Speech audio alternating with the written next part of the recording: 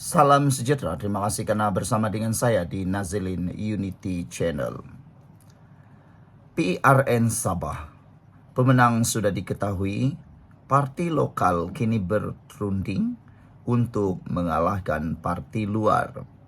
Saudara-saudara sekalian, sentimen parti lokal kini semakin panas dalam PRN Sabah.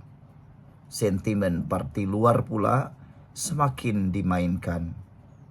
Apakah itu parti lokal dan apakah itu parti luar? Parti lokal ialah parti yang berteraskan dan berpusatkan paksikan Sabahan. Manakala parti luar pula ialah parti-parti yang bukan berteraskan Sabah dan tidak berakar umbi di Sabah. Ada banyak parti lokal, ada juga banyak parti luar. Pada pendapat Anda, mampukah sentimen parti lokal mengalahkan parti luar? Hari ini saya ulas untuk Anda semua. Sabah kini bergegar, rundingan sulit sudah berjalan, dan kabar angin paling panas, pemenang PRN Sabah sudah pun diketahui. Parti lokal dikatakan kini sedang bersatu. Dikatakan mereka sedang berunding untuk menumbangkan parti luar yang cuba masuk campur. Benarkah Sabah bakal jadi gelanggang rakyat tempatan melawan kuasa daripada luar ataupun melawan parti-parti daripada luar? PRN Sabah kali ini bukan sekadar pilihan raya negeri. Ia sebenarnya penentu marwah, penentu arah politik Malaysia. Persoalannya kenapa? Sebab Sabah selalu dianggap kingmaker dalam politik nasional. Kalau parti luar dapat kuasai Sabah, mereka dapat peluru besar untuk menguasai parlimen. Itu tiada siapa yang boleh menapihkannya, tiada yang boleh menidakkannya. Sabah dan juga Sarawak, boleh kata Borneo, merupakan lubuk emas untuk kerusi parlimen bagi mana-mana parti atau gabungan ataupun pemimpin yang mahu jadi Perdana Menteri. Itu sebabnya sekarang MA63 sering dimainkan seperti satu janji ataupun satu umpan untuk mana-mana parti atau gabungan meraih simpati, meraih sokongan daripada Sabah. Sebelum kita teruskan ulasan ini, jangan lupa tinggalkan komen Anda dengan tanda pagar kami sayang Malaysia. Tapi sebelum itu, izinkan dulu saya berkongsikan kepada Anda semua, ini terapi imun Transfer Factor for Life. Terapi imun yang meningkatkan daya imun badan kita sehingga 400%. Secara umum dan ringkasnya, apabila imun badan kita lemah, apabila imun badan kita jadi bodoh, apabila imun badan kita tidak lagi seimbang, kita kena penyakit dan kita tidak sembuh daripada sebarang jenis penyakit. Tetapi apabila imun badan kita jadi kuat, terapi imun ini mengajar, mendidik imun badan kita bukan sekadar kuat, bijaksana dan seimbang. Tapi imun badan kita akan mengenal mana satu lawan, mana satu kawan dalam tubuh badan kita. Apabila imun badan kita jadi kuat, seimbang dan bijaksana, ia akan menghapuskan semua akar penyakit yang ada dalam tubuh badan kita. Cepat dapatkan produk yang hebat ini melalui nombor telefon saya yang tertera. Ingat, produk ini lulus KKM, halal, diperakui oleh doktor-doktor di seluruh dunia dan di Malaysia.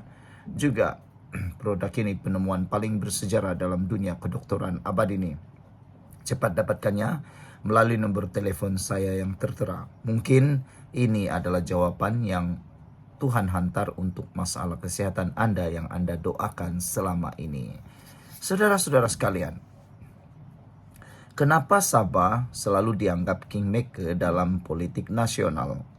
Kalau parti luar dapat kuasai Sabah, mereka dapat peluru besar untuk kuasai parlimen. Tapi kali ini nampak gaya lain. Parti lokal Sabah mula berunding, mula mencari titik persamaan. Saudara, apakah naratif parti lokal lawan parti luar? Apa maksud parti lokal? Inilah parti yang lahir dari bumi Sabah, yang ditubuhkan oleh anak Sabah untuk rakyat Sabah.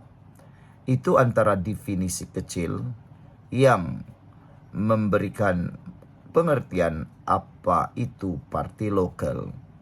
Parti luar pula seringkali didefinisikan sebagai parti dari semenanjung yang coba masuk dan menawan kerusi di Sabah. Isu ini lama sudah jadi sentimen. Rakyat Sabah selalu tanya, kenapa parti luar mau atur nasib kami? Kali ini kabarnya parti lokal sudah sepakat, biar bersaing sesama sendiri. Tapi akhirnya tujuan utama adalah pastikan parti luar gagal dominasi. Rundingan sulit, pemenang sudah ditetapkan. Persoalan ini akan kita jawab sekarang. Ada sumber mengatakan, ada cerita-cerita kedai kopi menyatakan, kononnya mesyuarat sudah pun berlaku di beberapa lokasi rahasia. Kononnya wakil-wakil parti lokal sudah mula bertemu di sana-sini. Bukan untuk bergaduh lagi, tetapi untuk buat deal, untuk buat persetujuan, untuk buat rundingan. Saudara, deal ini dikatakan bukan kecil-kecil. Ianya agihan kerusi, siapa calon ketua menteri, siapa akan sokong siapa selepas PRN. Lebih mengejutkan, nama calon ketua menteri sudah pun dibisik-bisik.